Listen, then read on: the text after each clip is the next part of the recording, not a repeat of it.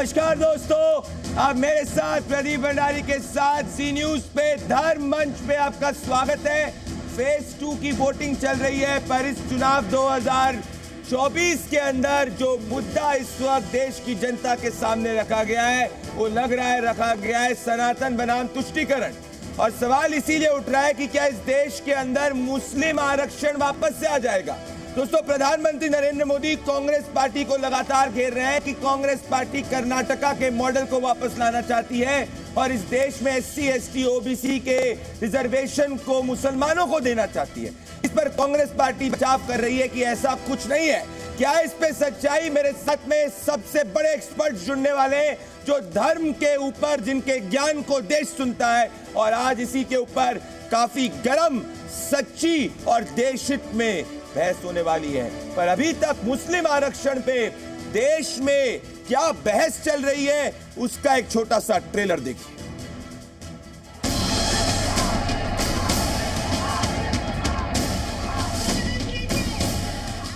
OBC को जो मिलता था वो लूट करके उनको दे दिया।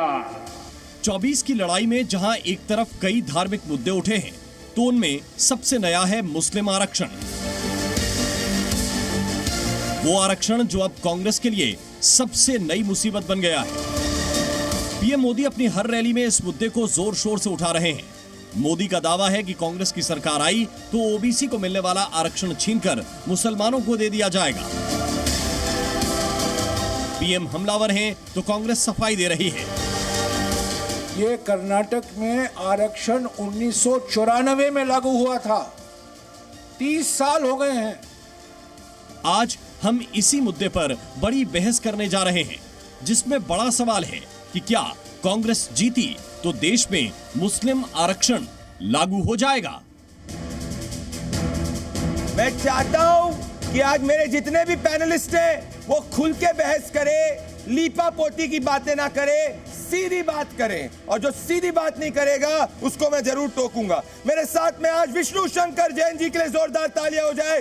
सीनियर एडवोकेट हैं और हमेशा धर्म की बात रखते हैं। मेरे साथ दूसरी साथ में उनके साथ में जो बैठ कर रहे हैं आचार्य विक्रमादित्य जी, ये बहुत बड़े हिंदू धर्म गुरु है। ये मेरे साथ के लिए जोरदार तालियां हो जाए। तालियों की आवाज कम आ रही है, आप युवा है, ये है वही बात। हाँ, मेरे साथ फिरोज भक्त जी, इस्लामिक स्कॉलर और पॉलिटिकल एनालिस्ट, बहुत जाने माने पॉलिटिकल एनालिस्ट है।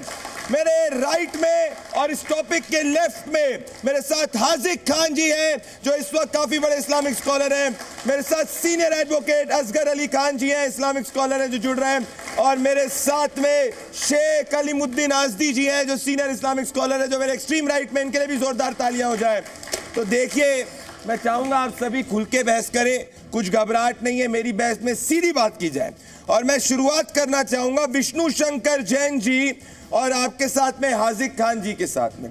विष्णु जी, मुझे बताइए कि क्या देश में मुसलमान आरक्षण लाने का प्रयास किया जा रहा है? क्योंकि कांग्रेस पार्टी को प्रधानमंत्री नरेंद्र मोदी ने बोला है कि कांग्रेस पार्टी अगर आई तो जो SC और OBC का रिजर्वेशन है वो देके मुसलमानों को दे देगी। क्या संवैधानिक रूप से ऐसा हो सकता है? क्या प्रयास किया जा रहा है?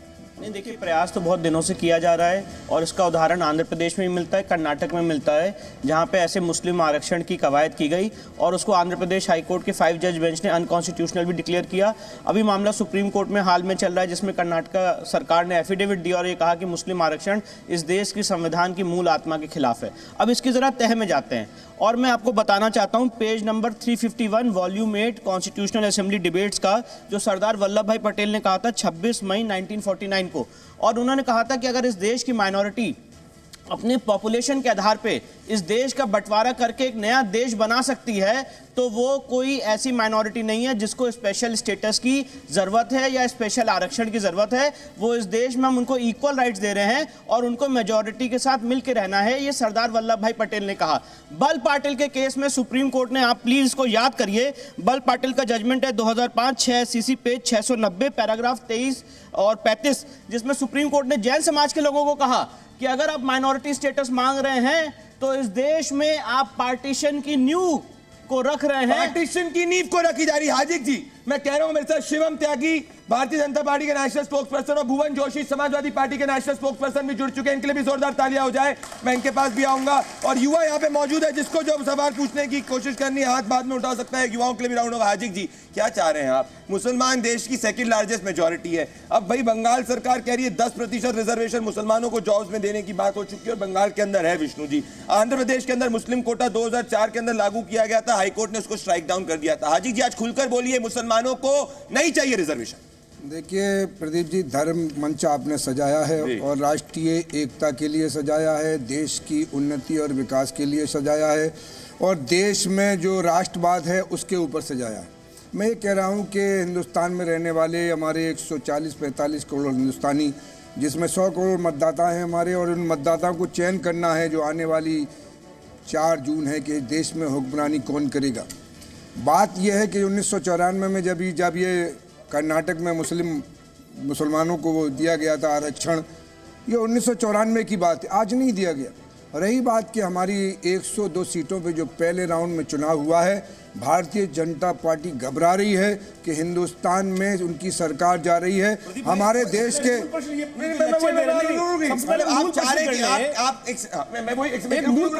सर आप अपनी बारी पे बोलिएगा।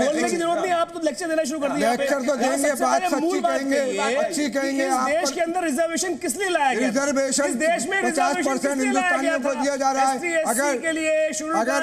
अगर मुसलमान पीछे उसको भी दिया जा सकता है, क्या प्रॉब्लम है?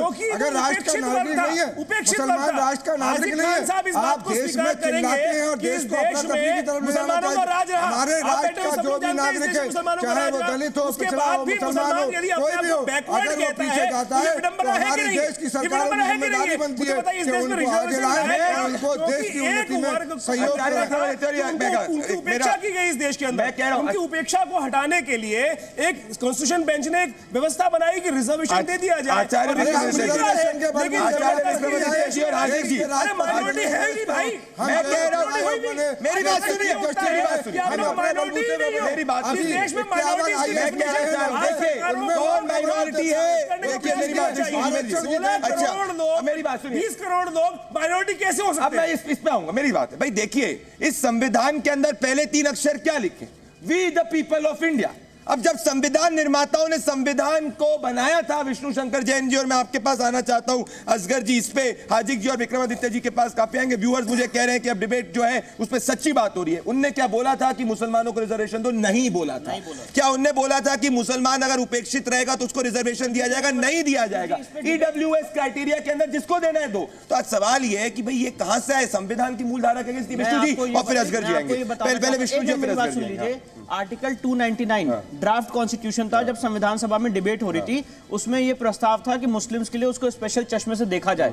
जब देश का बंटवारा हुआ तो सरदार वल्लभ भाई पटेल ने कहा कि इस देश के मुसलमानों को स्पेशल चश्मे से देखने की जरूरत नहीं है। मैं पूछना चाहता हूं असगर भाई से, क्या हम और असगर भाई एक इक्वल शहरी नहीं है? अगर आर्टिकल 14 इनके लिए इक्वालिटी का अधिकार तो मेरे लिए भी है, तो स्पेशल स्टेटस क्यों चाहिए? और एक बड़ी इंपॉर्टेंट बात बताना चाहता हूं, 1 जनवरी 1979 मंडल कमीशन का गठन हुआ था। 31 दिसंबर 1980 को मंडल कमीशन ने अपनी रिपोर्ट दी। और आपको पता है जो पिछड़ा एक वर्ग है मुसलमानों में, उनको आज ओबीसी के तहत आरक्षण दिया जा रहा है। जो सिख समाज में, क्रिश्चियन समाज में पिछड़ा वर्ग है, सर एक मिनट मेरी बात कंप्लीट होने दीजिए, उसमें आरक्षण का दिया जा रहा है। अब ये किस तरह से माइनॉरिटी का, सर एक मिनट, सर मैं एक इंपॉर्टेंट बात कर रहा हूं, मैं आपको ईडब्ल्यूएस के अंदर रिजर्वेशन है कि नहीं है?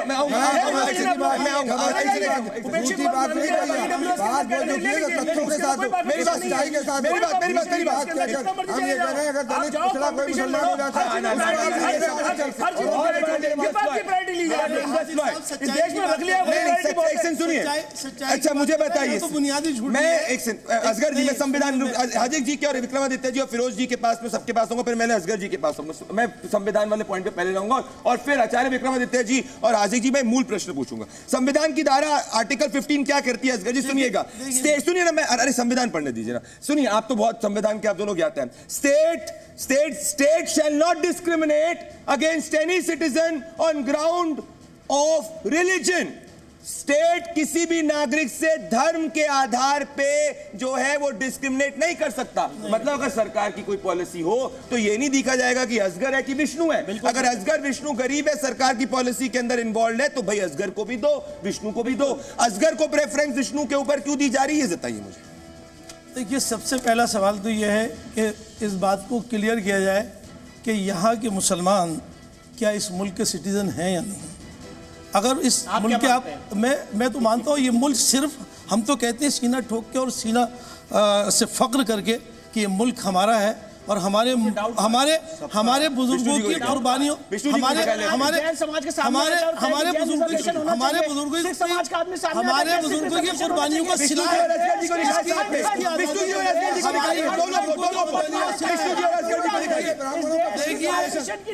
असगर जी और विष्णु जी एक दोनों तरफ से एक व्यक्ति, दोनों तरफ से एक व्यक्ति। असगर जी और विष्णु जी को स्क्रीन पे दिखाइए, पूछिए, मैं चाहता हूँ स्क्रीन पे असगर जी और विष्णु जी को दिखाइए। असगर जी और विष्णु जी को दिखाइए। प्रधानमंत्री अगर अपनी इस बात को झूठ बोले और ये कहे झूठ बोलकर कि साहब ये सारे लोग ये चाहते हैं। एक मिनट स्क्रीन पे मैं एक बात आपको बताना चाहता हूं, मुझे एक मिनट दीजिए और मैं बताना चाहता हूं कि किस तरह से इस देश में माइनॉरिटी का जहर घोला गया है। मुझे अनइंटरप्टेड समय दे दीजिए। पहले वो बोलने, फिर आप दोनों आप पहले बोलिए, फिर आप दोनों किस तरह आज ये जो असगर भाई यहाँ पे खड़े हैं और जो बोल रहे हैं, इसके पीछे किस तरह से माइनॉरिटी का जहर घोला गया है, वो उसका मूल कारण है। और उसका सबसे बड़ा कारण है, अगर आप मुझे उदाहरण देने का मौका दें, सारा इकट्ठा करके और मुसलमानों को दे दिया जाए और यहाँ तक के हिंदुओं का मंगल सूत्र भी खतरे में है। ये बात क्यों करते हो ऐसी बातें? क्यों मुल्क को बर्बाद करना चाहते हो? क्यों नफरत फैलाना चाहते हो? संवैधानिक बात करना नहीं कहा, वकील है ना? नहीं कहा, नहीं कहा, वकील है, संवैधानिक बात करना चाहता हूं। जिम्मेदार शख्स, मैं पॉलिटिकल बात नहीं करना चाहता। मैं भी एक जिम्मेदार हिंदुस्तानी, एक जिम्मेदार हिंदुस्तानी की हैसियत से कह रहा हूँ। नहीं कहा, आप सुनिए उस स्पीच को। मेरी बात सुनिए, मेरी बात सुनिए। हाजी जी, आप दोनों की बात सुनिए। असगर जी मेरी बात सुनिए, एक मैं पूछ रहा हूँ भैया, देखिए अब आपने बोली बात, आपने अपनी बात रखी, आपने असगर भाई आप इनसे कोई क्वेश्चन पूछो डायरेक्ट। देखिए, मैं आपको डायरेक्ट क्वेश्चन पूछना चाहता हूँ। एक बात इनसे पूछना चाहता हूँ। राजीव गांधी की गवर्नमेंट आई 1984 में, उन्होंने वक्फ एक्ट 1954 में, लीगल बात कर रहा हूँ, उसका अगर किसी पर जवाब है जवाब दे। वक्फ एक्ट 1954 में अमेंडमेंट करके section 66H for Himachal Pradesh लाए, जिसमें जितनी संपत्ति वैक्यू प्रॉपर्टी एक्ट के तहत आती थी, जिसकी मालिक केंद्र सरकार थी और जो बंटवारे के बाद हिंदू भाइयों को मिलनी थी, वो सारी की सारी संपत्ति वक्फ बोर्ड को दे दी। 66H लाके। सर एक मिनट, आज भी आप हमारी प्रॉपर्टी में 70% प्रॉपर्टी मुसलमानों की है। में आपने परिवर्तन लाए रेलवे के बाद सबसे highest number of land country जो है वो वक्फ बोर्ड है।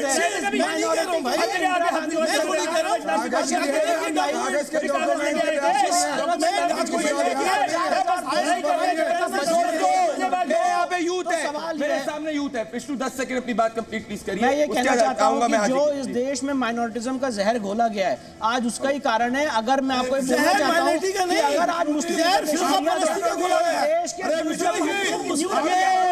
ये बड़ी बात है। अब सुनिए मेरा निवेदन है, भैया जी सुन तो लीजिए। असगर जी अपनी टीम, देखिए भैया मेरी, अरे और जानता है मेरी बात सुनिए, देखिए मेरी बात सुनिए असगर जी, अरे स्क्रीन भैया सुनिए मेरी बात, अभी से मेरा ही ऑडियो जा रहा है, मेरी बात सुनिए भैया। आप सब एक टीम, एक पॉइंट ऑफ व्यू रिप्रेजेंट करें, आप सब एक पॉइंट ऑफ व्यू रिप्रेजेंट कर रहे हैं। यहाँ से मैं चाहता हूँ कि शेख अलीमुद्दीन आज़दी जी अभी तक नहीं आए। हाजिक जी, शेख अलीमुद्दीन आज़दी जी के पास आना चाहता हूँ और आचार्य विक्रमादित्य जी आपके और हाजिक जी के पास आने के पहले, क्योंकि काफी बहुत इंपॉर्टेंट बात विष्णु जी के, फिरोज भक्त जी के पास। देखिए मेरी सीधी बात है फिरोज जी, और मैं बात क्या करना चाह रहा हूं आप भी ध्यान से सुनिएगा, और मैं चाहता हूं कि आप भी मेरी बात को बिल्कुल ध्यान से सुनिएगा और भटकाइएगा मत, आप दोनों। विष्णु मूल बात यही है, अगर इस देश में मैं युवाओं के सामने मैसेज रखना चाहता हूं, हम सब यहां पे भारत के नागरिक हैं। अगर कोई गरीब है तो उसको सरकार की सुविधा मिलनी चाहिए भाई। अगर उसको कोई भी गरीब है उसको मिलनी चाहिए, मिल रही है ना। कोई भी सरकार है उसको गरीब को देनी चाहिए। अब अगर हमने मान लीजिए इस देश के अंदर मुसलमान रिजर्वेशन लागू कर दिया, तो कल को जाके पारसी बोलेंगे कि हम तो मुसलमानों से कम माइनॉरिटी है, जैन बोलेंगे, हमें जो है उससे ज्यादा रिजर्वेशन दो। माइनॉरिटी कौन होता है? जिसकी संख्या कम होती है, सबसे कम होती है, तो फिर पारसी बोलेंगे, फिर जाके जैन बोलेंगे, फिर जाके बाकी और बोलेंगे रिजर्वेशन दे। और जब संविधान निर्माताओं ने संविधान बनाया था तो मेरा सवाल है उस वक्त क्यों नहीं दिया मुसलमानों को रिजर्वेशन? उस वक्त तो ज्यादा गरीब थे, उस वक्त तो ज्यादा शोषित थे, आज तो आर्थिक स्थिति बेहतर हुई है पहले से ज्यादा। तो क्या ये पार्टीशन 2.0 की नींव नहीं रखी जा रही? फिरोज अहमद भगत जी, मैं थोड़ा सा अपने काबिल साथियों से रिक्वेस्ट करूंगा जी, फिरोज जी और शेख अलीमुद्दीन आज़दी जी। हाँ नहीं ठीक है, बीच में रखना ना डालें। मैं छोटी सी बात करूँगा, बच्चे भी बैठे हैं, करोड़ों लोग जो है इस बहस को सुन रहे हैं। बहुत इंपॉर्टेंट टॉपिक है जो कि रिजर्वेशंस के ऊपर है। मेरी अपनी राय रिजर्वेशंस पे ये है कि reservations will make India divided house, पहली चीज़। दूसरी चीज़, मैं एक बड़ा अच्छा शेर मैं हिंदुस्तान के लिए उससे शुरू करना चाहता हूँ। भारत पे मेरे रहमत परवरदिगार है, भारत पे मेरे रहमत परवरदिगार है हाजिर साहब, कृपा श्री राम की, कान्हा का प्यार है। क्या बात। इसके बाद मैं जोरदार तालियां हो जाए। शुक्रिया। ये गंगा जमुना तहजीब। अभी शंकर जी एक बात कर रहे थे, जिस वक्त कानून बनाया जा रहा था, इसके ऊपर बहुत अच्छी किताब लिखी है राम बहादुर राय साहब ने। आर्टिकल 299 में 4-5 मुस्लिम पार्लियामेंटेरियंस बैठे थे, जिसमें मौलाना आज़ाद थे, बेगम एजाज रसूल थी, तजम्मुल हुसैन थे, 2 लोग और थे, और उसमें ये भी थे आपके सरदार पटेल भी थे, कृष्णामाचारी भी थे। इसमें से मैं करेक्ट कर दूं आपको, हमारे दोस्त जो हैं, देखिए क्या है कि जब ये बहस चल रही थी तो मौलाना आज़ाद ने 5 जो मुस्लिम एमपीज थे उन्होंने रिजर्वेशन के खिलाफ वोट दिया, और जबकि सरदार पटेल कहते थे नहीं मुसलमानों को रिजर्वेशन दे दो। तो ये तो आर्टिकल 299 में स्टडी कर ले। पूरी बात कर लूँ, पूरी बात कर लूँ, पहले सुन लीजिए मेरी बात। अलीमुद्दीन जी को भी दिखाए जरा। सुनिए, पंडित जवाहरलाल नेहरू ने भी ये कहा था कि रिजर्वेशन जो है, रिजर्वेशन अगर मुसलमान रिजर्वेशन चाहेगा तो उसके ऊपर दरवाजे बंद हो जाएंगे। अपने बाजुओं पे, अपनी मेहनत पे जो है यकीन करिए, आगे बढ़िए, वही सबसे। और अगर रिजर्वेशन देनी है, it should be between haves and have not. गरीबों को, अब इसी पे अलीमुद्दीन जी के पास आना है। अलीमुद्दीन जी मुझे बताइए भैया, मुझे बताइए अलीमुद्दीन जी, मैं एक चीज, अलीमुद्दीन जी दिक्कत क्या है? मुझे दिक्कत क्या है, मुझे बताइए अलीमुद्दीन जी। अगर मुसलमान गरीब है तो सरकार की व्यवस्था से उसको जोड़ा जाएगा। आप मुसलमान होने का स्पेशल प्रिविलेज क्यों लेना चाह रहे हैं लोग? ये मैं समझ नहीं पा रहा। किसी ने नहीं कहा। तो आप कह रहे हैं मुसलमानों को रिजर्वेशन दीजिए, ये कह रहे हैं सब रिजर्वेशन नहीं चाह रहे। बताइए, 16 प्राइम मिनिस्टर हुए हैं, बंगाल में 10% रिजर्वेशन है। सुनिए, बंगाल में 10% रिजर्वेशन है गवर्नमेंट जॉब में, गवर्नमेंट जॉब में 10% रिजर्वेशन है बंगाल में। 15 प्राइम मिनिस्टरों ने इस इशू को उठाकर रखा है। 16वें प्राइम मिनिस्टर मानने हैं जो ओबीसी से आते हैं, अपने आप को कहते हैं मैं ओबीसी से आता हूं, मैं भी ओबीसी से आता हूं, मैं ऑल इंडिया ओबीसी का मुस्लिम का मुसलमानों में इस्लाम जाति के साथ। सुनिए, आप उसको मोड़ो नहीं, भंडारी जी, आप उसको मोड़िए नहीं, आप नहीं मोड़ी नहीं, आप ओबीसी कैसे हो गए? अरे सुनिए ना, ओबीसी कैसे हो गए? मुस्लिम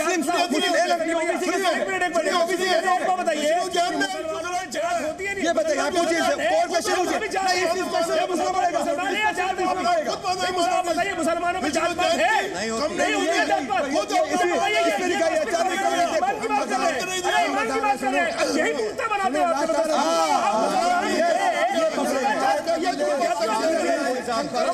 मुझे बताइए, ये बात यही मैं कह रहा हूँ भैया, मुझे एक से पहले क्लियर कर दी।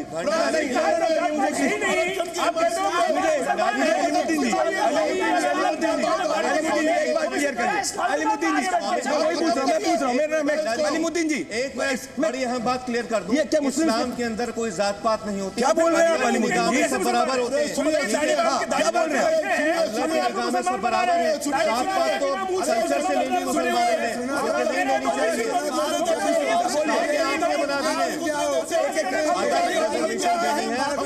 हिंदू को भी दो, मुसलमान को भी दो, सिख को भी दो, ईसाई को भी दो। अरे आप ये कब से पैरवी कर रहे हो? अरे वाह, अरे एक सेकंड अली, एक सेकंड नहीं मैं एक सेकंड मुझे बताइए, नहीं एक सेकंड बताइए, शेख अलीमुद्दीन जी, शेख अलीमुद्दीन जी, नहीं अब मैं सुनिए, मैं और शेख अलीमुद्दीन जी को, मैं दर्शकों के साथ, एक शेख अलीमुद्दीन जी क्या वो पूछ रहे हैं कि भाई मॉस्क के अंदर जो है, मस्जिद के अंदर आप कौन से व्यक्ति को, शोषित को नहीं लाना चाहते? आप कब से इतने चिंतित हो गए कि हिंदू मंदिर के अंदर दलित जा रहा है कि नहीं जा रहा है? आप कब से इतने चिंतित, ये चिंता कर रहे हैं? आप ट्रिपल तलाक और इन सब में नहीं पूछ रहे।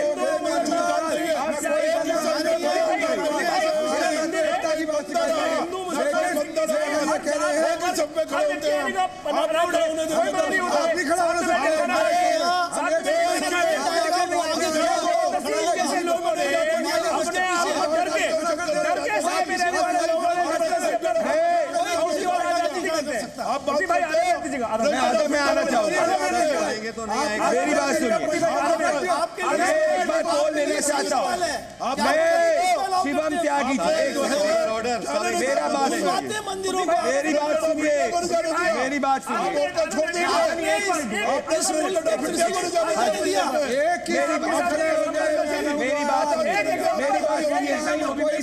अभी मैं स्क्रीन पे हूँ, मैं एक बार अपनी ऑडियंस से पोल लेना चाहता हूँ। शिवम त्यागी, रुकिए भैया, अरे यार क्या कर रहे हैं? कभी राजधानी भी चलती है, आजकल वंदे भारत भी चलती, तो वो स्टेशन पे रुकती है, रुको तो सही।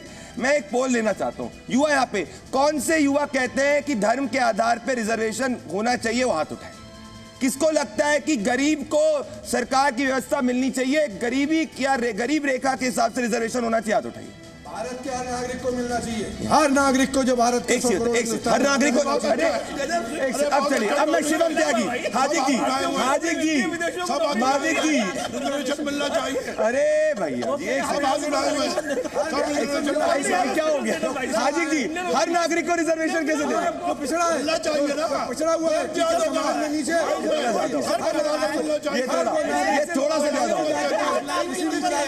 ये थोड़ा एक सेकंड, उसको इस बात पर मिलना चाहिए कि वो अब मैं चाहता हूँ, सुनिए मेरी बात भैया, अरे हर नागरिक को कैसे दे? मैं थोड़ा सा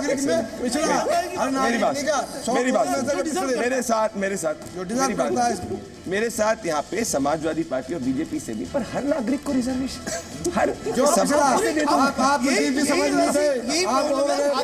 कैसे हर नागरिक को रिजर्वेशन? शिवम त्यागी जी और भुवन जोशी जी, ये इस पॉइंट पे तो मैं अचंभित हो गया, मैं आऊंगा। हर नागरिक को मतलब देश पिछड़ा जो सबसे नीचे है, मतलब 100 करोड़ में जो सबसे नीचे है, अरे 100 करोड़ को नहीं, क्या मतलब? इसका क्या मतलब? किसी भी जाति का है, किसी भी बिरादरी का है, किसी भी समाज का है। शिवम त्यागी जी नया कोट पहन के आए हैं, नई आस्तीन है, और हाजिक जी, शिवम त्यागी जी,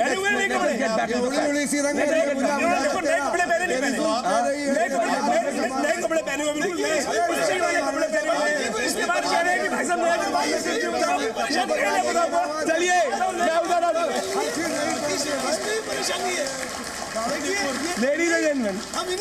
असगर जी परेशानी का समाधान मिलेगा, परेशानी का समाधान इसी मुल्क में मिलेगा। अब सुनिए, सीधी बात करेंगे। अब मैं चाहता हूँ पॉलिटिशियंस के पास आ जाऊं भाई। चलिए, भुवन जी और शिवम त्यागी जी मेरे साथ में मौजूद हैं, मैं चाहूंगा उनके पास आ जाऊं। ध्यान से सुनिए। शिवम त्यागी जी, आज दिल पे हाथ रखिए, नहीं आप रखिए और सच बताइए, और भुवन जी भी आज दिल पे हाथ रखिए और सिर्फ सच बताइएगा। क्या भुवन जी, आप सीधा, आज मैं चाहता हूं इस पूरी डिबेट को खत्म कर दीजिए, बोलिए कि अगर इंडिया अलायंस का कोई भी सरकार बनेगी तो मुसलमानों को धर्म के आधार पे कभी भी रिजर्वेशन नहीं मिलेगा, और जिस भी राज्य सरकार के अंदर मुसलमानों को या किसी भी धर्म को धर्म के आधार पे रिजर्वेशन हट जाएगा, मतलब केरला से हट जाएगा, आंध्र प्रदेश में जो तो अनकॉन्स्टिट्यूशनल हो चुका है, बंगाल से हट जाएगा, आज ओपन डिक्लेयर कर दीजिए। बोलिए भुवन जी और फिर आएंगे शिव जी। आप देखिए प्रदीप जी, हम जो समाजवादी लोग हैं, हमारे लिए सबसे बड़ा धर्म वो है इस देश का संविधान। इस देश के संविधान से हम सब बंधे हुए हैं, और तभी इस देश को, हम सब लोगों को पिछली सरकारों में भी न्याय मिल पाया। अभी ताज़ा उदाहरण मिल पाया, हमको न्याय मिल पाया जब चंडीगढ़ में लोकतंत्र की हत्या हुई, क्योंकि देश का संविधान था। हिंदुओं पे गोली चलाई थी आपने, आपके लिए सब देश के बराबर है, नहीं बोलने वाली बात है भाई साहब।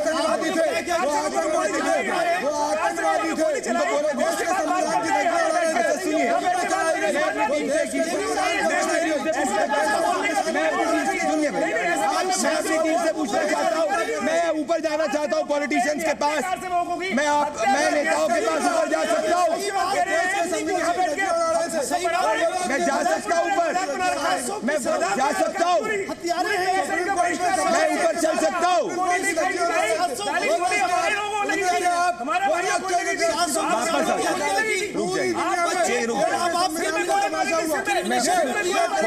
और उसके बाद कह रहे हैं कि समाजवाद की बात करते बैठ के। नहीं, मैं आऊंगा, आप सबके पास आऊंगा, मैं आप सबके पास आऊंगा।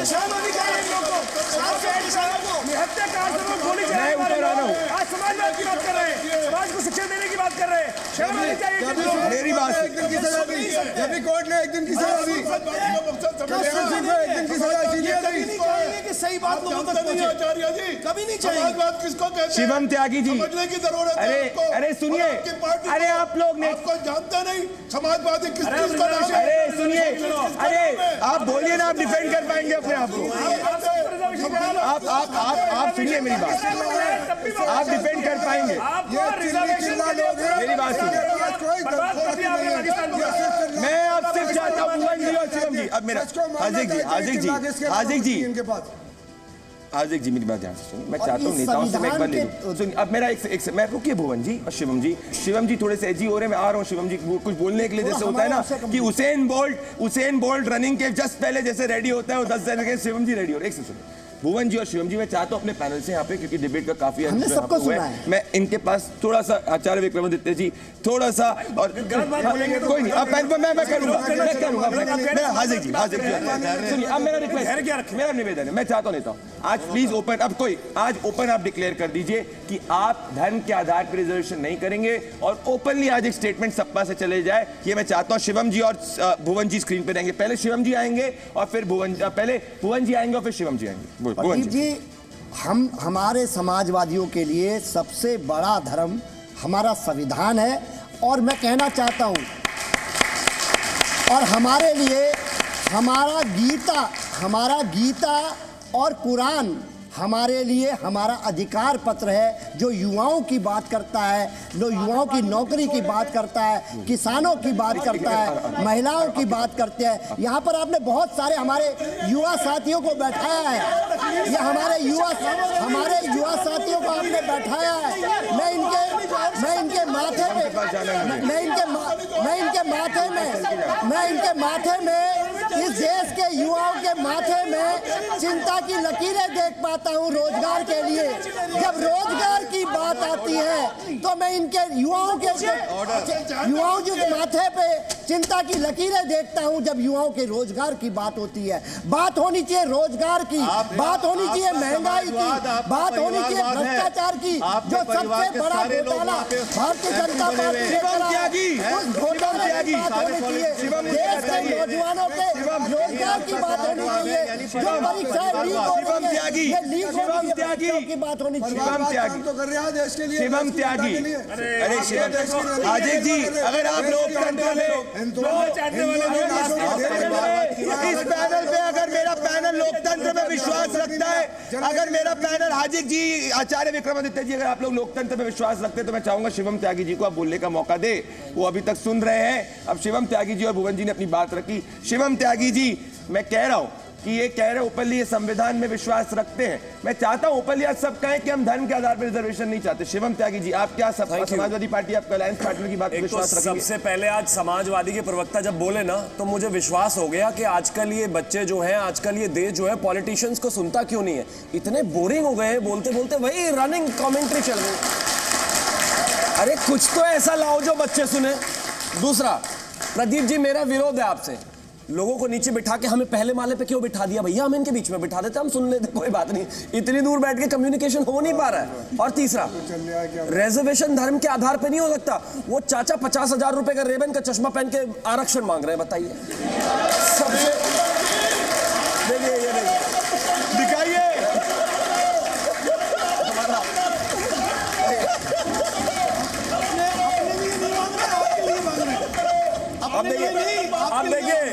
अब देखिए, अब मैंने बोल दिया तो बुरा मान गए। इतना अमीर तो कोई भी नहीं है। शिवम भाई 10 लाख के सूट की तो बात नहीं है।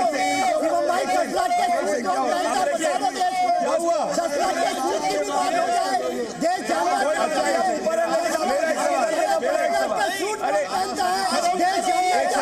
पूछ लूं? एक सेकंड और देख, मैं पूछ रहा हूँ।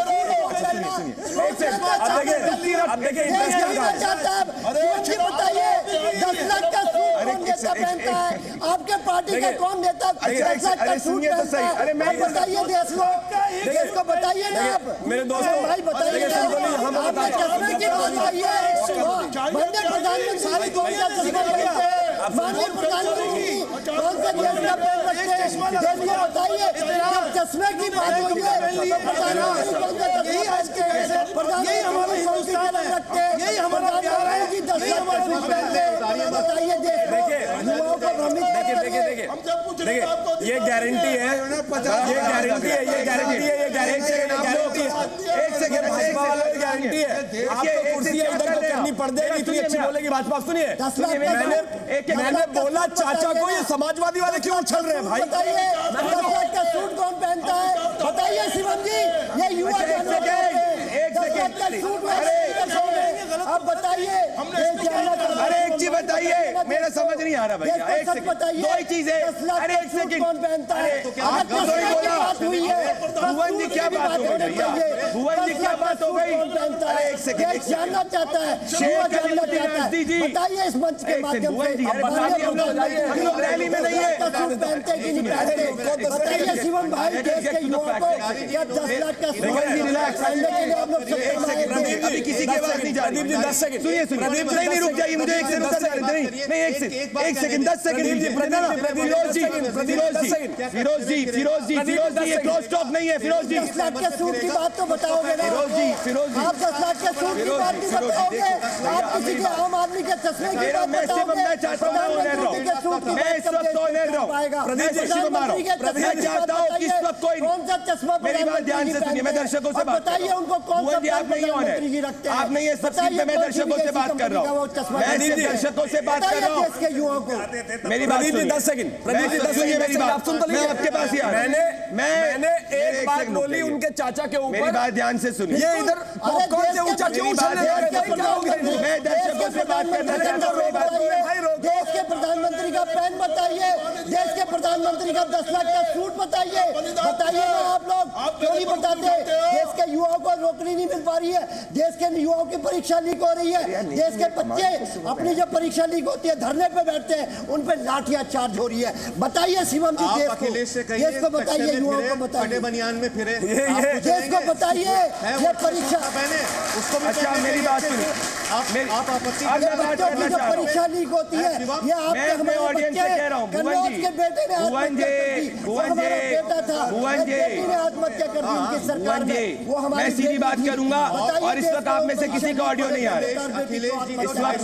आप बताइए इस वक्त पता है इस वक्त आप में से कोई भी नहीं। फिरोज जी ये क्रॉस टॉक सही नहीं, रुक जाइए एक से रुकिए। शिवम ये एक से रुक जाइए। शिवम जी रुक जाइए उछल क्यों रहे यार? Why do you switch to them? I am talking now. इस वक्त मैं दर्शकों से एक बात कहना चाहता हूं, आप सभी से। देखिए एक सेकंड, मैं आपसे एक बात कह रहा हूं, आप अब इस वक्त शांत रहेंगे, आप शांत रहिए। शिवम, भुवन जी मुझे म्यूट करना पड़ेगा। एक सेकंड शिवम, एक सेकंड शांत रहिए। आप सब लोग क्रॉस टॉक ना करें, मच्छी बाजार नहीं है। मैं शो को होस्ट कर रहा हूं, जैसे मैं चीज करूंगा क्रॉस टॉक मत करिए ना। आप सब एंकर्स बन जाइए और जाके बाकी सब पैनलिस्ट कर लेते हैं। रुक जाइए, आप एक एक करके बात करिए। शिवम जी और आपके पास आना चाहता हूं मैं, अलीमुद्दीन जी। देखिए भैया दो ही बातें हो सकती है, आपने या तो रेबैन का चश्मा पहना है, नहीं पहना है, ठीक है? तो पहले आप बताइए आपने रेबैन का चश्मा पहना है? नहीं पहना है ना आपने, ठीक है? तो अब मेरी बात हो, चलो अब आप बताइए, अब बोलिए इनको। हाँ अब शिवम जी और हजार रुपए के चश्मे पहन जीवन निकल गए। शिवम जी क्या दिक्कत है आपको? शिवम जी आएंगे। शिवम जी और अलीमुद्दीन, मैं बोल उनको रहा हूँ, ये दर्द समाजवादी वालों को क्यों हो रहा है भाई? क्या मामला है? प्रधानमंत्री क्या मामला है? चश्मा पहन रहे हैं, ये क्या सेटिंग है आपकी? बताइए। देश का युवा जानना चाहता है, देश का युवा जानना चाहता है कौन सा चश्मा पहन, बोलिए कौन सा विदेशी चश्मा पहनते हैं, कौन सी विदेशी कलम यूज करते हैं, मुझे समझ में नहीं। अच्छा एक क्या विचारधारा? अच्छा भुवन जी आपकी और इस्माइल जी की विचारधारा बिल्कुल आपकी? हाँ है, अरे उनसे कंफर्म तो ले लूं मैं। वो बोल ही नहीं रहे, समाजवादी देशवासियों के साथ एक सेकंड समाजवादियों की भावना पूरे भारत के, मैं कह रहा हूँ बोल ही नहीं रहे। हम तो 140 करोड़ भुवन जी एक सेकंड, भुवन जी ये भुवन है या सलमान है, मुझे समझ में नहीं आ रहा। मैं बोल उनको रहा हूँ, इधर इनको दर्द हो रहा है। रुक जाओ भाई, रुक जाओ। दोस्तों मैं आना चाहता हूँ मूल क्वेश्चन पे। देखिए मैं विष्णु पे आऊंगा। विष्णु शंकर नहीं, मेरी बात सुनिए। विष्णु शंकर जैन, देखिए भुवन जी, विष्णु शंकर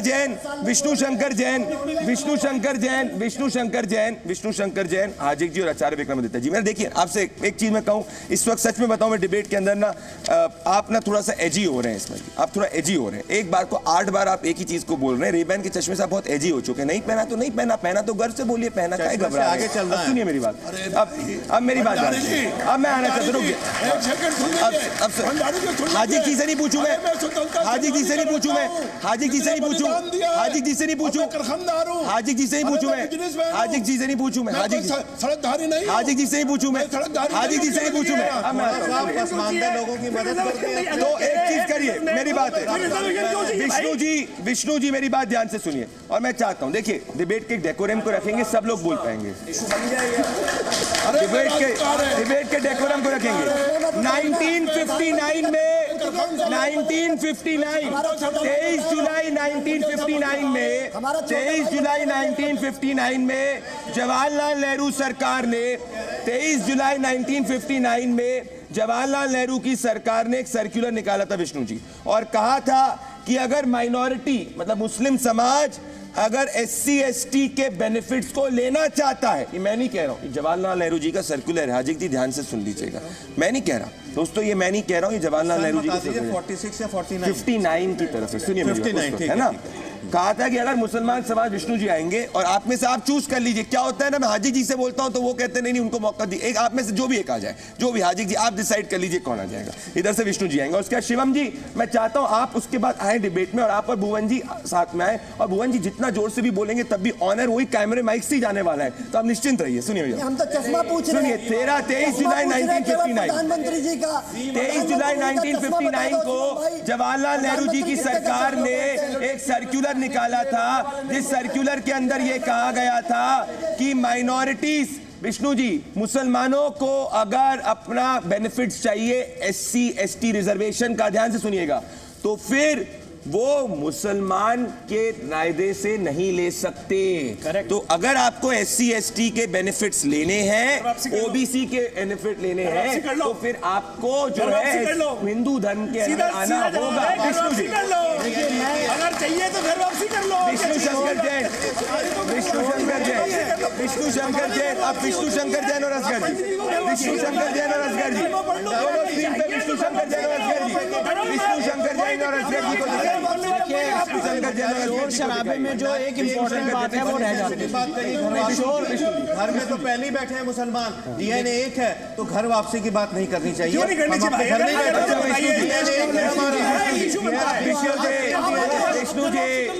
विष्णु जी और शोर शराबे में एक सेकंड, क्या हो रहा है ना मूड पॉइंट पे मेरा, क्या देखिए एक सेकंड, मेरा होता क्या है, क्या कर रहे हैं भाई, हम तो घर में ही बैठे हैं, हमारे एक भाई अगर चले गए हैं, हम कह रहे हैं गलती है वो माफ करो, वापिस आ जाओ, कोई दिक्कत नहीं है, चिंता मत करो।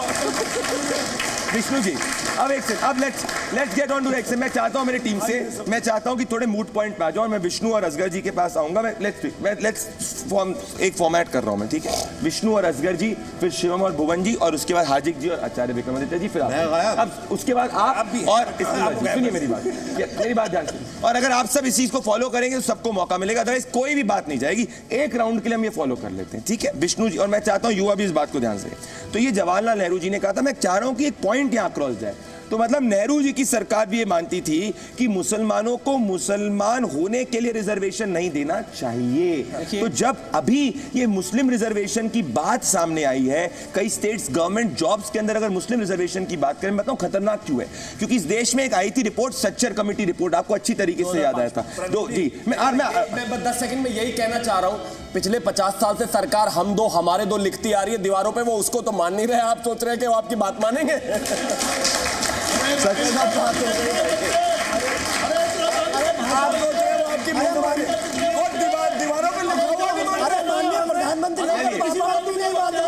सुनिए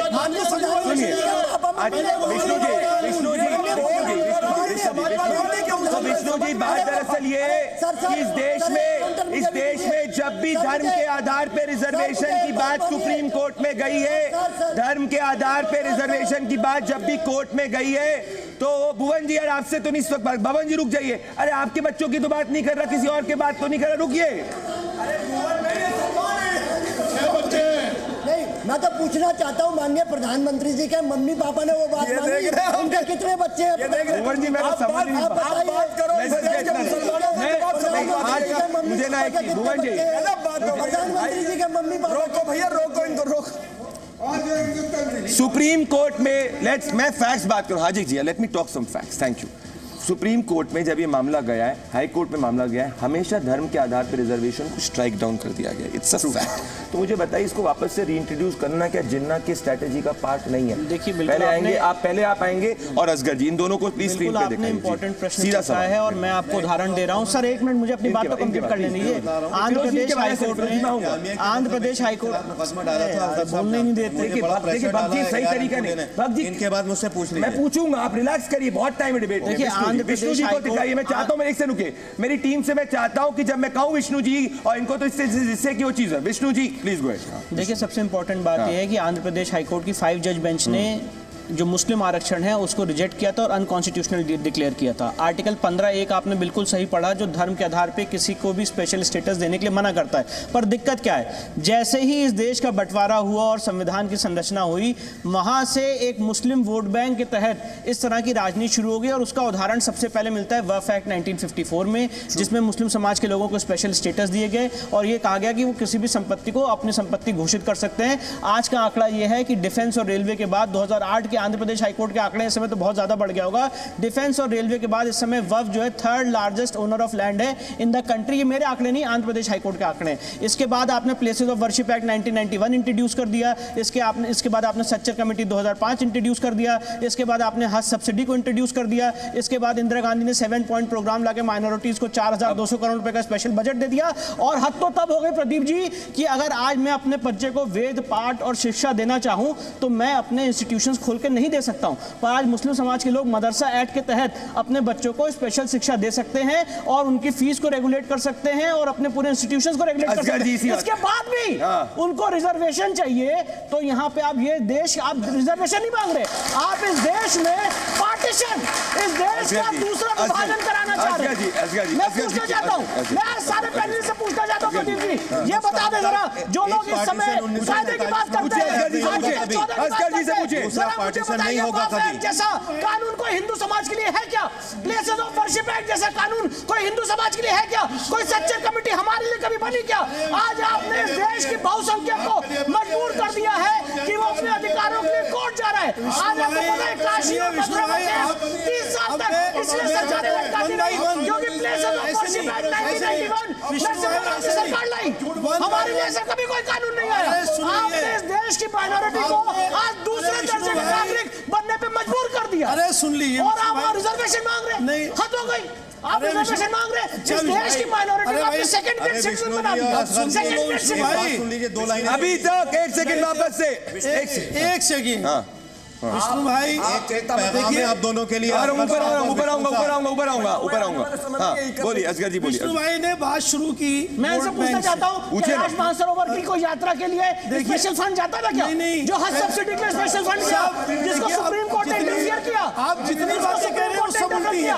आर्टिकल 27 से जितनी बातें कही सब उल्टी है। माइनॉरिटी इंस्टीट्यूशंस इनके खुले, बातें इसके लिए क्या हमारे माइनॉरिटी इंस्टीट्यूशंस जिस कमेटी की बात करते हैं, कोई कानून हमारे लिए नहीं आया। आप अगर मुसलमानों के लिए एक बनी, आपके लिए 100 कमेटियां बनी। इस देश के दूसरे पार्टीशन ऐसे मिसलीड करने जा रही है। आपको करोड़ों लोग देख रहे हैं यहाँ पे, मिसलीड करने से कुछ नहीं होगा। और ओबीसी के तहत मिसलीड करने से लोगों को जो बातें एक-एक करके सवाल करिए, एक-एक करके जवाब लीजिए। ऐसे नहीं होगा। आप वोट बैंक की बात करते हैं, हम यही तो कह रहे हैं, यही तो आपकी स्ट्रेटजी है कि वोट बैंक आप कहते हैं मुसलमानों को और दूसरे पार्टियों को कहते हैं, ये स्ट्रेटजी आपकी अपनी है। आप अपना वोट, आपको मालूम है चूंकि वो मेजोरिटी में है, उसको पोलराइज करने के लिए। पोलराइज कौन कर रहा है वोट को?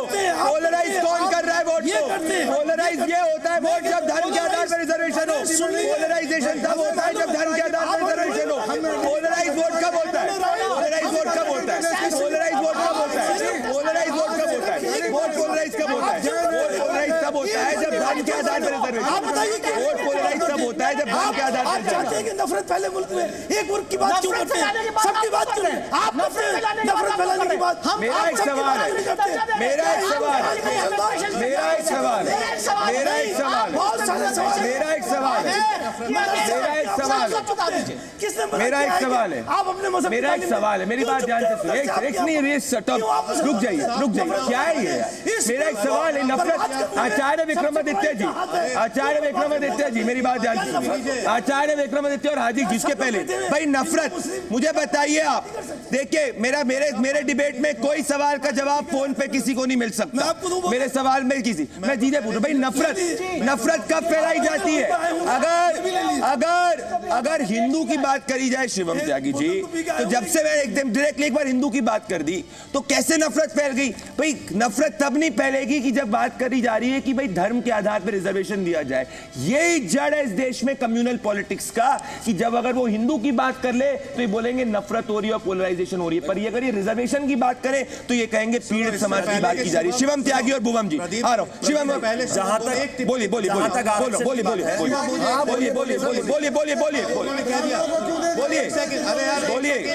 अरे थोड़ा सब्र तहम्मुल रखिए। बोलिए बात हो रही थी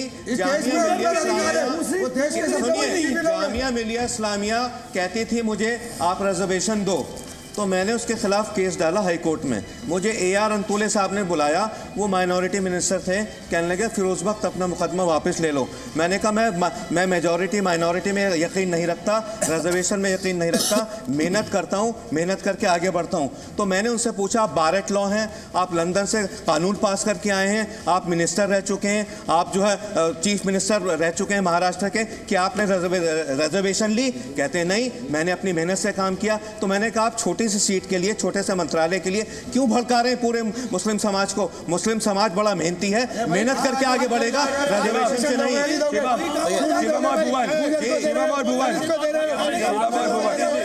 मैं एक और कानून पढ़ना चाहूंगा।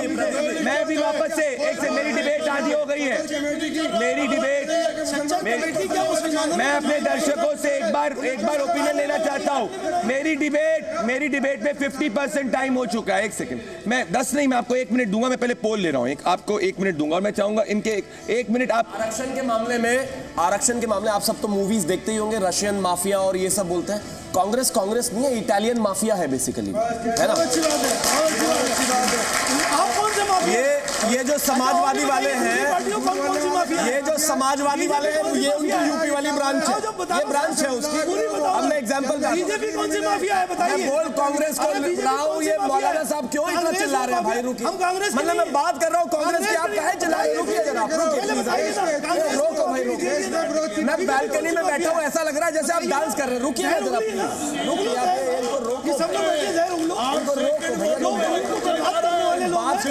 बचा लो इस मुल्क को। ये देख रहे हैं, ये कोट इन्होंने वकीलों वाला पहना हुआ है। इस वक्त की बड़ी खबर आ रही है, इस वक्त बड़ी खबर आ रही है। देश के गृह मंत्री अमित शाह ने मजहब के आधार पर रिजर्वेशन में बड़ी बात कही है। उन्होंने कहा है कि धर्म के आधार पर रिजर्वेशन नहीं हो सकता है।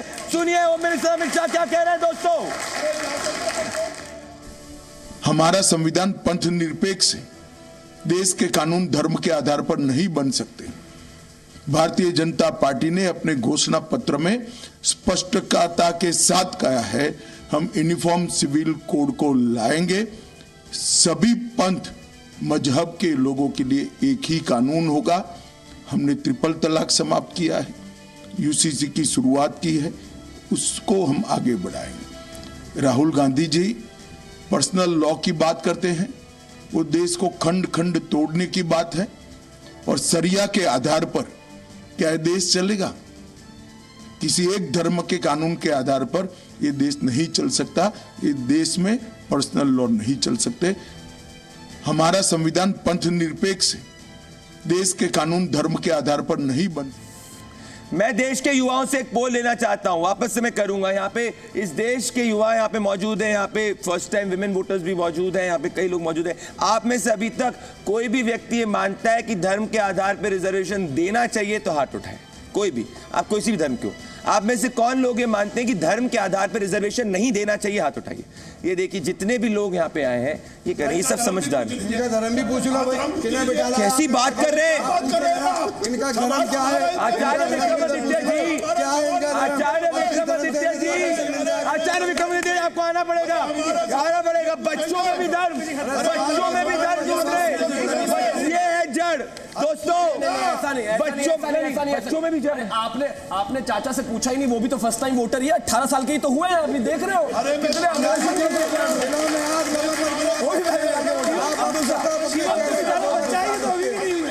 ये देखे जमाने में कहा भाई मैं तो 18 साल का कह रहा हूँ आपको, शिवम और अलीमुद्दीन जी, जी को दिखाइए जिसको जरूरत है जाति के आधार पर अम्बेडकर ने बनाया उसके आधार पर होना। इतना काय चिल्ला रहे हो भाई, रुक जाओ, नहीं मिलना आरक्षण। और अगर शिवम और अलीमुद्दीन जी को दिखाइए, और अगर इन दोनों को मिल भी गया इनकी सरकारी नौकरी तो बिल्कुल भी नहीं लग रही, उम्र पार हो गई भाई। सरकार आपकी आई नहीं है, वो सारे बच्चों से बात कर रहे हो आप देखना छोड़ो। हिंदुस्तानी साउथ गल्फ में 1 करोड़ हिंदुस्तानी है। एक सेकंड, एक डेटा में उम्र चाहे कितनी भी हो गई हो, इनकी हरकतें वही 10-10 साल के नल्ले वाली है। ये देख रहे हैं आप, ये रुक नहीं रहे, लगातार बोले जा रहे हैं, बोले जा रहे हैं। रुक जाओ भाई, रुक जाओ, रुक जाओ, रुक जाओ। जैसे देश के प्रधानमंत्री झूठी बातें कर रहे हैं, आ नहीं गया, क्या कहने लगे हुए हैं? कांग्रेस ने कह दिया, मैं एक डेटा दे दूं, मैं एक डेटा दे दूं, मैं युवाओं के लिए एक डेटा देना चाहता हूँ। घर वाले कैसे बर्दाश्त करें? समझ रहे हो? 1 घंटे में यहाँ तो बर्दाश्त नहीं पा रहे।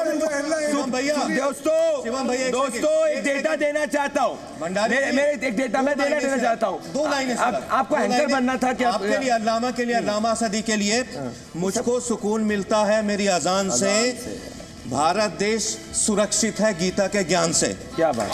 अब इसी पे आचार्य विक्रमादित्य जी और राजीव जी, मैं एक डेटा दे दूं, मैं चाहता हूं मैं एक डेटा दूंगा और आप सब ध्यान से सुनिएगा। एक बात यहां से कही गई, देखिए मैं ना तथ्यों का व्यक्ति हूं, मैं तथ्य की बात करता हूं, सीधी सी बात है। और यहाँ पे शिवम जी सब मैं चाहता हूँ ध्यान से सुनो। एक तथ्य दिया गया हाजिक जी द्वारा, असगर जी द्वारा और इस्मिल्ला जी द्वारा कि भाई यहाँ पे हमको बैकवर्डनेस है। अब अगर बैकवर्डनेस के क्राइटेरिया को देखते हैं आचार्य विक्रमादित्य जी, तो होता है literacy rate.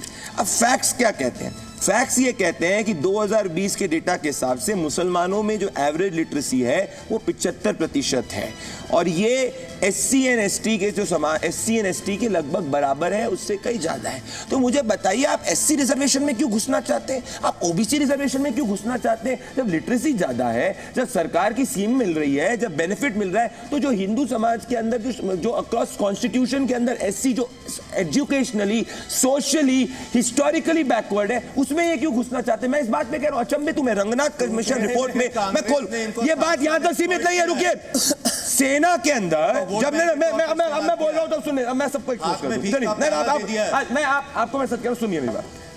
Sachar committee report आई थी, क्या था सच्चर कमेटी रिपोर्ट का जन्म? कि भाई मुसलमान जो है सुरक्षित है, उसका जेनेसिस कहा गया कि सेना के आधार में, सेना में धर्म के आधार पे काउंटिंग की बात चल रही थी। आप ये चाहते हैं हमारी सेना के अंदर धर्म के आधार पे काउंटिंग हो, हमारी पुलिस फोर्स के अंदर धर्म के आधार पे काउंटिंग हो। एक जवान जो भारत का जवान है, आप चाहते हैं वो जवान हिंदू जवान हो, मुसलमान जवान हो, क्रिश्चियन जवान हो, SC जवान हो। ये असली मकसद। आचार्य विक्रमादित्य सारे जहां से अच्छा हिंदुस्तान हमारा, हम बुलबुले हैं। अब आचार्य जी और हाजिक जी को दिखाइए, आचार्य जी और हाजिक जी को। भाई आज इस डिबेट के अंदर हम नहीं करते, एक सेकंड हिंदुस्तानी है, ऐसी बात हुई है जो हाजी खान साहब और असगर अली साहब और तमाम मौलानाओं के द्वारा बोला गया। हक बात की गई, हक की परसेंटेज की बात की गई, इतने परसेंटेज है, इतने हक। इस देश का विभाजन हुआ था, परसेंटेज निकाली गई थी, उसके हिसाब से जमीन बांटी गई, उसके हिसाब से पैसा बांटा गया। आप सब लोग बैठे हैं, आप सब लोग हिस्ट्री पढ़ी होगी, गांधी अड़ गए थे कि इतने पैसे नहीं दोगे, बटाना बटा। आप मुझे बताइए, अगर आपका भाई आज बंटवारा करने की बात करता है और उसके बाद सारा पैसा हार जाता है, हारने के बाद शिवम को दिखाइए, 10 सेकंड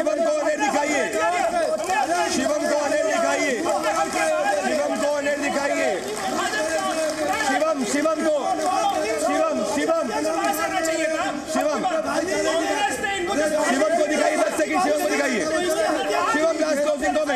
मेरे पास समय कम है। शिवम को अपना धर्म अपनाइए। अरे भारत के धर्म का स्वीकार शिवम, भारत दोस्तों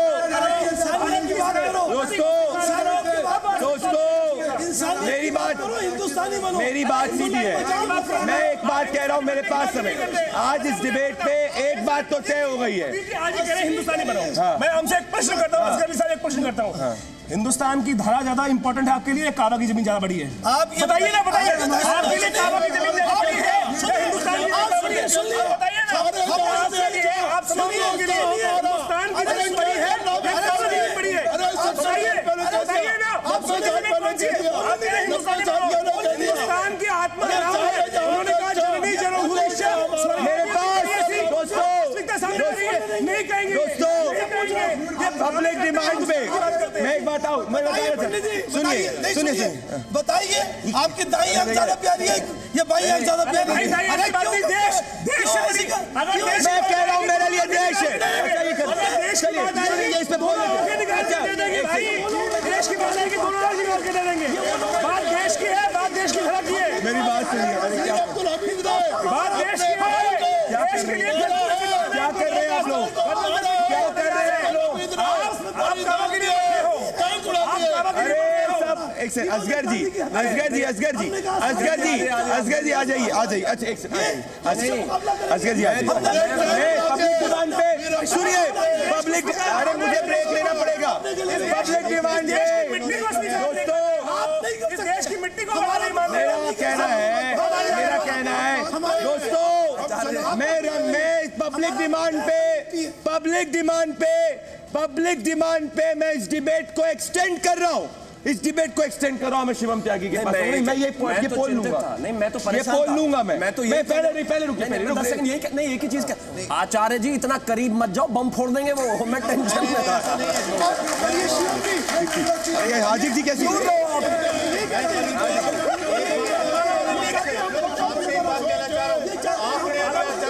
कहा कि आपने पसंद किया गांधी जी का, सुन लो, ये कत्ल आचार्य जी के फिरोज जी कोई मुश्किल नहीं है, हिंदू या मुसलमान नहीं। मैं तो कह रहा हूँ ये गले मिलेंगे। मैं कह रहा हूँ आप गले मिलेंगे, बम नहीं, गला बम के ऊपर गले मिलेंगे, बम नहीं। हाजी जी शेर दे रहे, हाजी जी शेर दे रहे। देखिए, इधर से एक आदमी एक स्टेटमेंट बोलता है, वो तीनों माउथपीस लगातार बोल रहे हैं।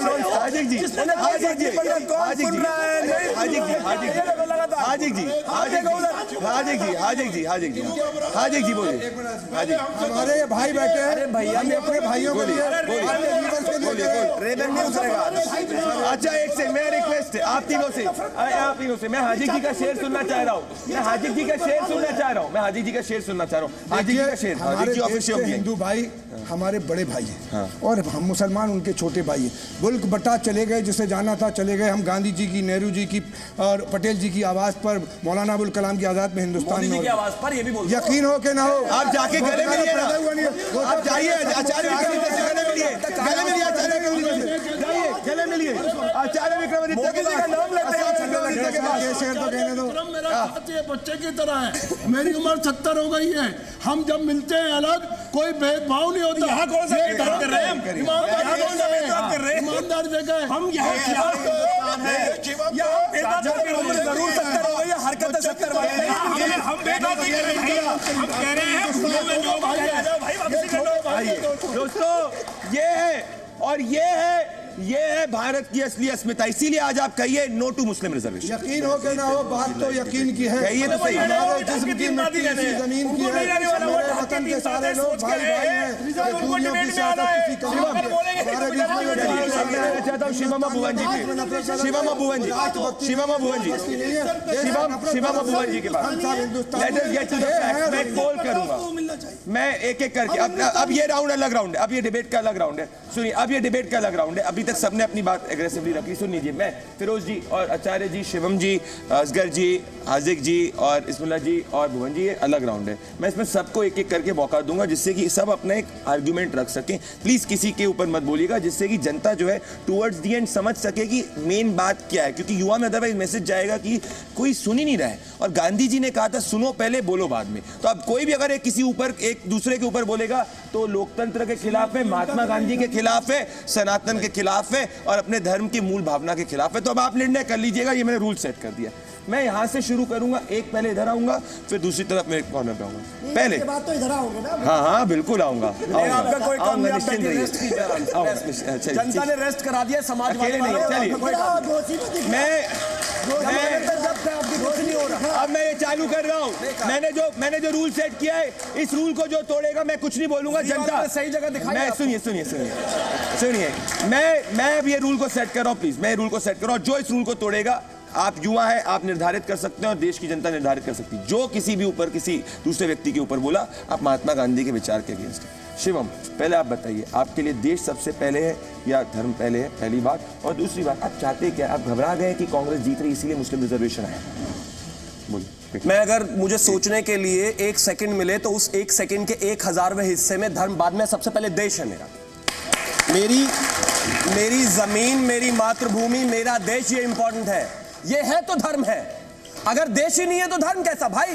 देश नहीं बचा तो धर्म कैसा? जो लोग इस देश से कट गए, देख लीजिए क्या हाल हो रहा है पाकिस्तान में, देख लीजिए बांग्लादेश में क्या हो रहा है, देख लीजिए अफगानिस्तान में क्या हो रहा है।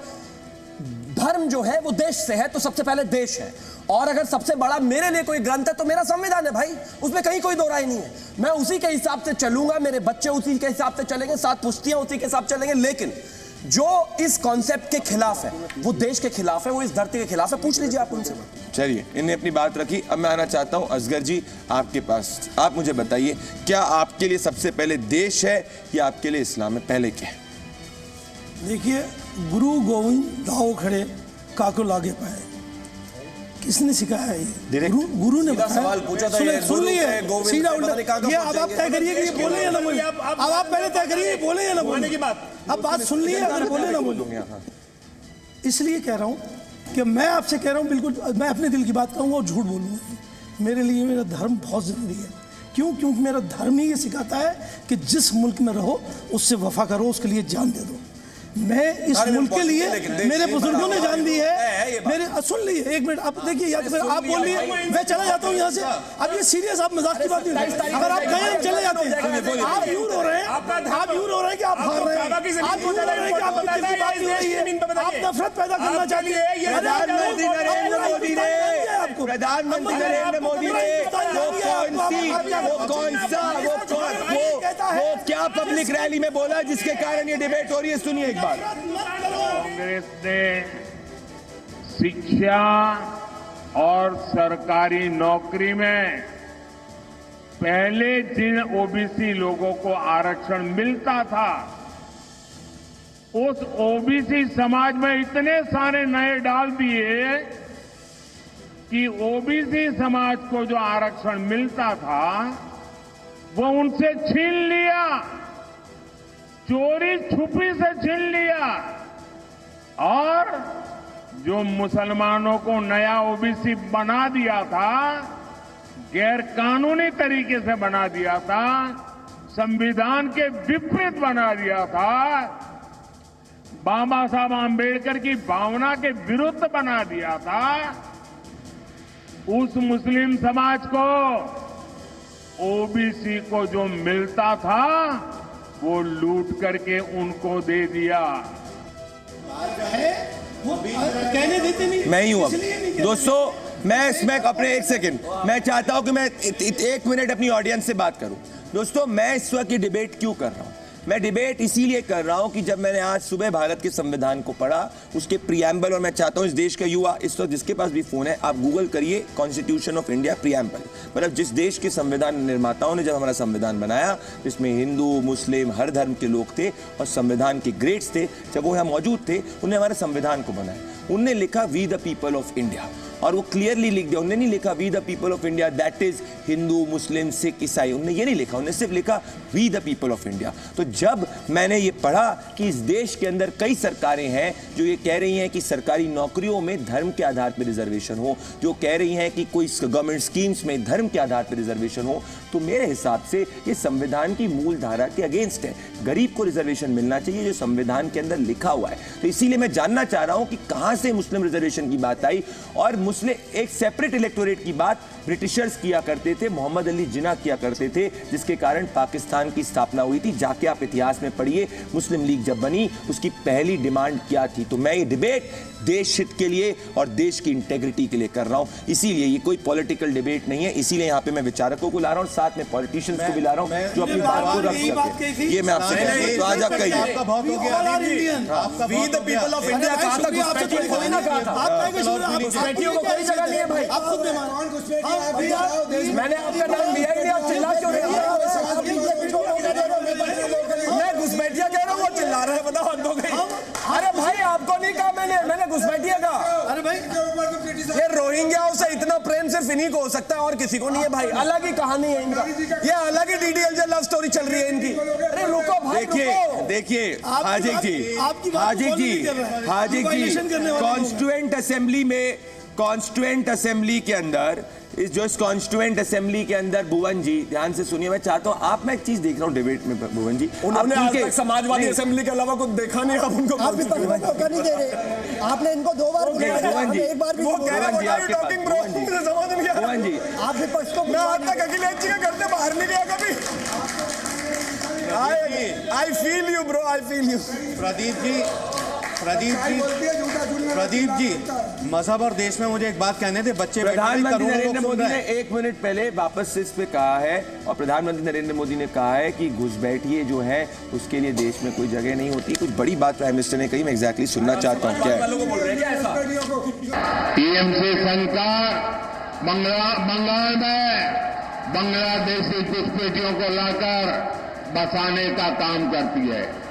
इन घुसपैठियों को आपकी जमीन खेत पर कब्जा करवाती है और कांग्रेस आपकी संपत्ति ऐसे वोट बैंक में बांटने की बात कर रही है।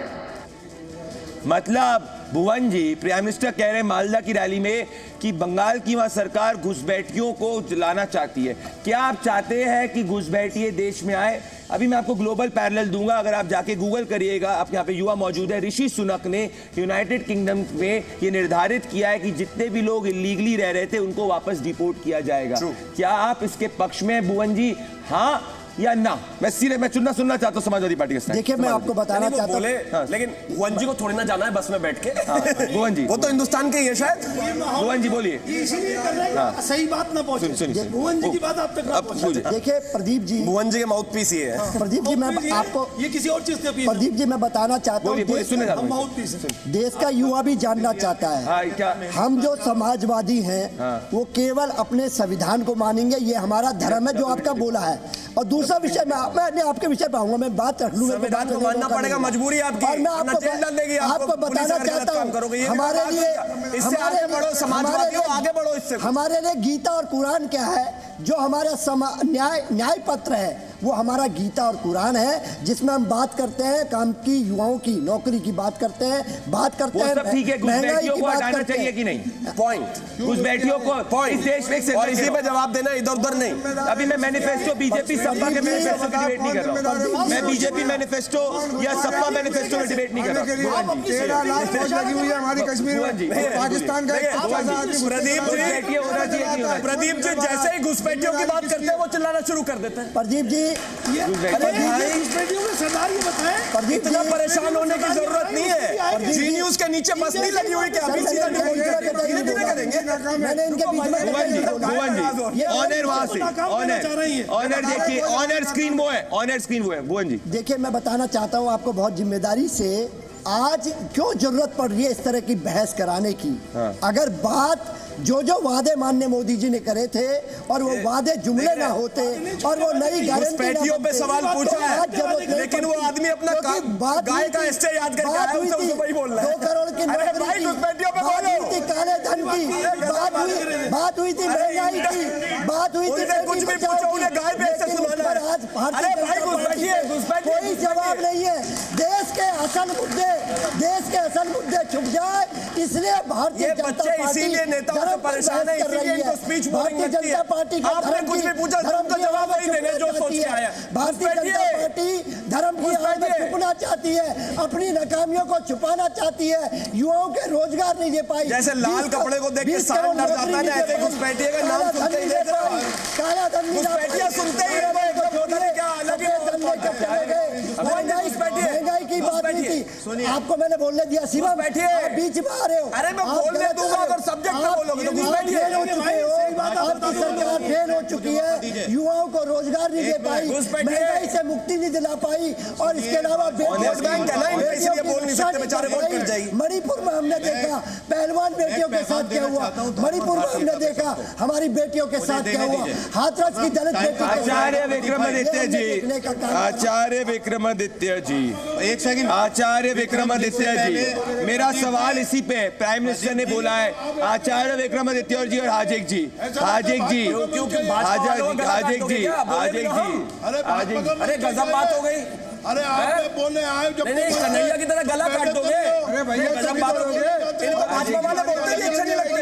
हाजिक जी, हाजिक जी,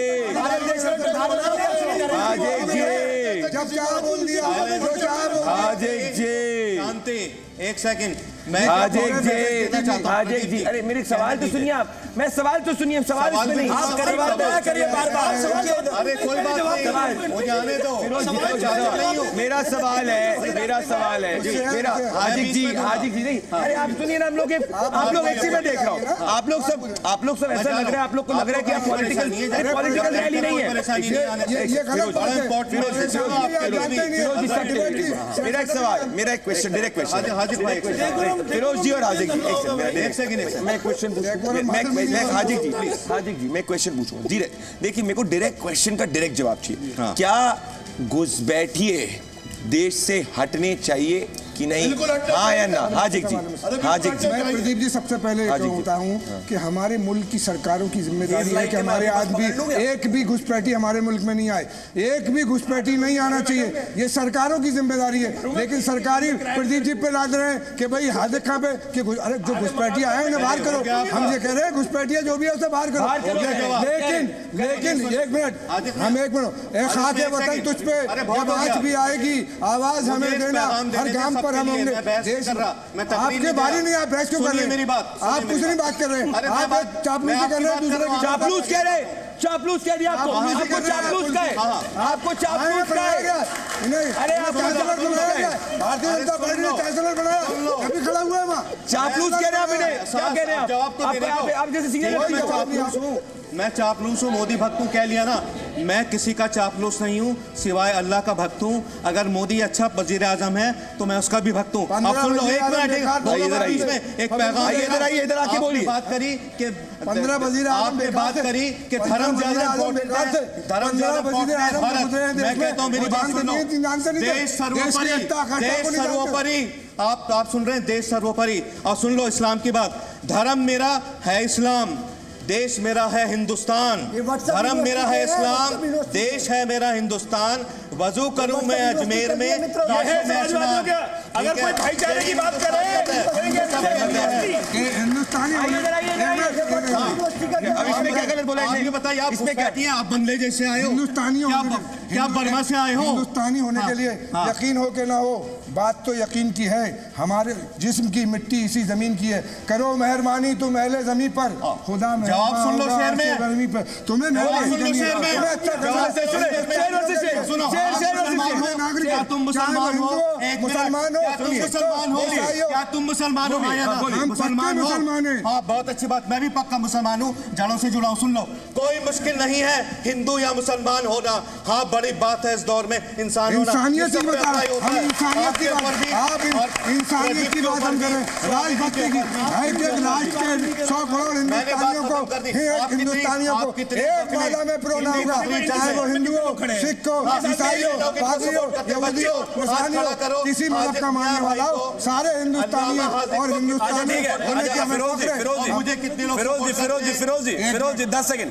फिरोज जी, वो आप देश की बात कर रहे हो ना, मैं मान रहा हूँ आपके लिए देश पहले संविधान या कुरान? हमारे यहाँ सबसे पहले नबी आए हिंदुस्तान में, हजरत पहले संविधान या कुरान? प्यारे पहले संविधान या कुरान? मेरा वतन से आती, पहले कुरान या संविधान? मेरा वतन वही है हिंदुस्तान। पहले कुरान या संविधान? मोहम्मद सिखाता है। अच्छा सुनिए, आप पीछे हो जाइए, अरे दूर रहो भैया, गला मत काट देना, दूर रहो प्लीज।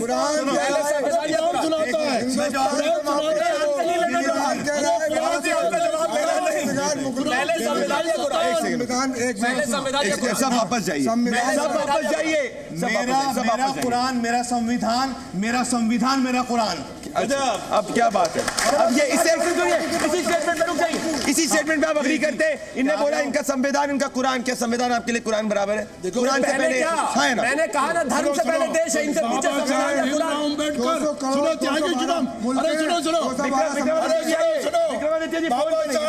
अम्बेडकर, मौलाना आजाद, सबसे पहले क्या? हिस्ट्री नहीं पढ़ी सीधा जवाब दस्तूर है, इसलिए आप लोग चाहते हो संविधान की तारीफ नहीं करते, अरे देश की हिमायत नहीं करते। सुनो तो सही है कि बाबा साहब भीमराव तो इस देश में दफन हो गया, कानून बनाया।